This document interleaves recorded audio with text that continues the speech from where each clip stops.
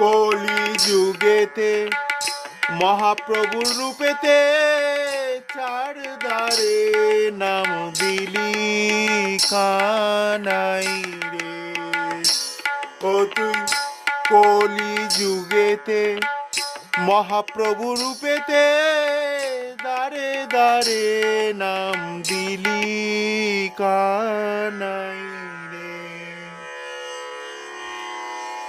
তুই গেরুয়া বসন ধারণ করে ভিক্ষা ঝুলি কাঁধে লয়ে সম্বল করিলি কান্দের থালি রে কানাই। তুই কেনে গৌর হলি